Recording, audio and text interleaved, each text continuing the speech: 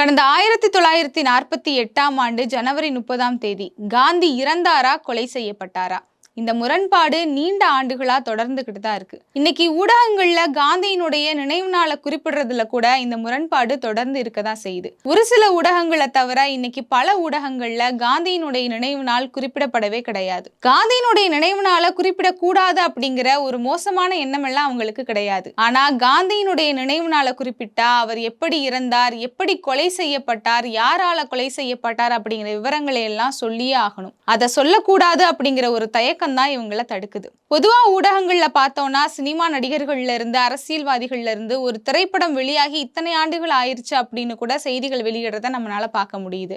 ஆனா இந்த நாட்டினுடைய மகாத்மாவா கருதப்படக்கூடிய ஒரு அவ்வளவு பெரிய ஆளுமையினுடைய ஒரு நினைவு தினத்தை குறிப்பிடுறதுல இவ்வளவு ஒரு தயக்கமா? இன்னைக்கு காந்தி கொலை செய்யப்பட்டு கிட்டத்தட்ட 78 ஆண்டுகள் நிறைவாயிருச்சு.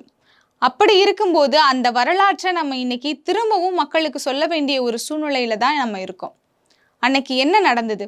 1947ஆவது ஆண்டு ஆகஸ்ட் 15ஆம் தேதி இந்தியாவுக்கு சுதந்திரம் கிடைச்சிச்சுன்னு நமக்கு தெரியும். அதற்கு முதல் நாள் தான் இந்தியாவும் பாகிஸ்தானும் 2 நாடுகளா பிரியுது. அந்த காலகட்டத்துல RSS ஆலையும் மத வெறியர்களாலையும் எரிய வைக்கப்பட்ட ஒரு தீ தான் இந்த மத கலவரம் அப்படிங்கிறது.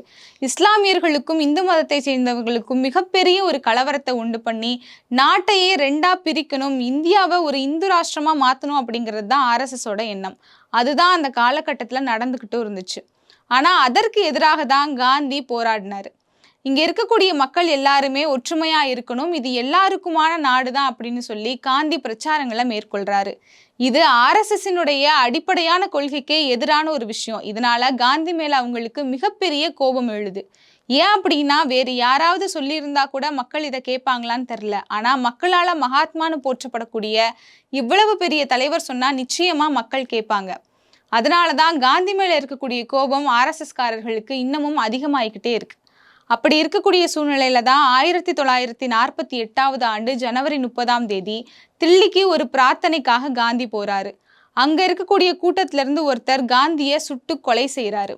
அவர் தான் நாதுராம் கோட்சே. அவர் RSSஐ சேர்ந்தவர்.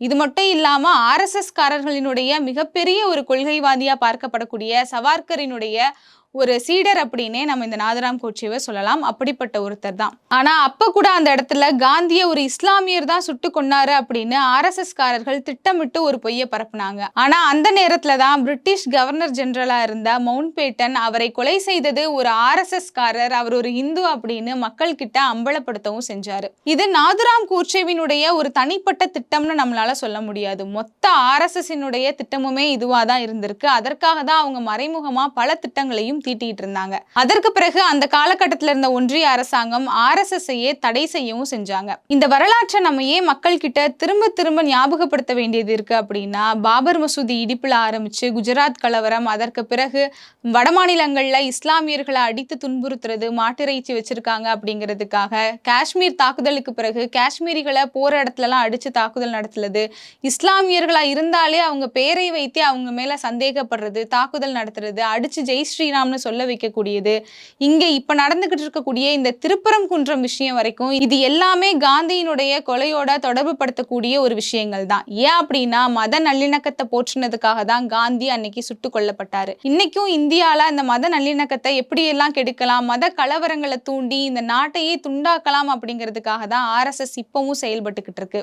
அதற்கான வேலையை தான் நீண்ட காலமா இங்க RSSம் இந்து முன்னணி அமைப்புகளும் தொடர்ந்து செஞ்சுக்கிட்டு இருக்காங்க. குறிப்பா 2014 பாஜக ஆட்சிக்கு வந்ததுல இருந்து இன்னும் அவங்களுடைய செயல்பாடுகள்லாம் ரொம்பவே தீவிரமா இருக்கு அப்படின்னே சொல்லலாம். இஸ்லாமியர்களுக்கு எதிரான வெறுப்பு பேச்சுக்கள் இந்தியால கிட்டத்தட்ட 100%க்கும் மேல அதிகமாயிருக்கு அப்படிங்கிறது ஆய்வுகளின் மூலியமா நமக்கு தெரிய வந்திருக்கு. அது மட்டும் இல்லாம பாஜகவை சேர்ந்தவர்களும் இந்த நாட்டினுடைய பிரதமரும் 67% இஸ்லாமியர்களுக்கு எதிரான வெறுப்பு பேச்சை பிரதமர் பேசியிருக்காரு அப்படிங்கிறதையும் நம்ம தொடர்ந்து பல வீடியோக்கள்ல பார்த்துக்கிட்டு இருக்கோம். இது மட்டும் இல்லாம திரைப்படங்கள்ல இஸ்லாமியர்களை தீவிரவாதிகளா காட்டுறது, இங்க இருக்கக்கூடிய மக்கள் கிட்டையும் குழந்தைகள் கிட்டையே சிறு வயதிலிருந்து இஸ்லாமியர்களுக்கு எதிரான வெறுப்புகளை பரப்புறது, பள்ளி பாடங்கள்ல அந்த மாதிரியான விஷயங்கள சேர்க்கிறது, இப்படிப்பட்ட நெறைய விஷயங்கள அவங்க தொடர்ந்து திட்டமிட்டு செஞ்சுக்கிட்டு தான் இருக்காங்க. அன்னைக்கு காந்திய ஒரு கோட்சே கொலை பண்ணாரு. ஆனா, இன்னைக்கு கோட்சேக்களினுடைய கைகள்ல தான் ஆட்சியே அமைஞ்சிருக்கு. அப்படி இருக்கக்கூடிய சூழ்நிலையில, இந்த காலகட்டத்திலயும் இந்த வெறுப்பு அரசியல் இவ்வளவு வேரூன்றி இருக்கு அப்படின்னா, இதை தகர்த்தெறியக்கூடிய வேலைய இங்க இருக்கக்கூடிய மக்கள் தான் செய்யணும். இவங்களினுடைய இந்த மோசமான மத வெறுப்பு அரசியலுக்கு எப்பவுமே உட்பட்றாம, மக்கள் தான் ஒற்றுமையோட இருக்கணும்.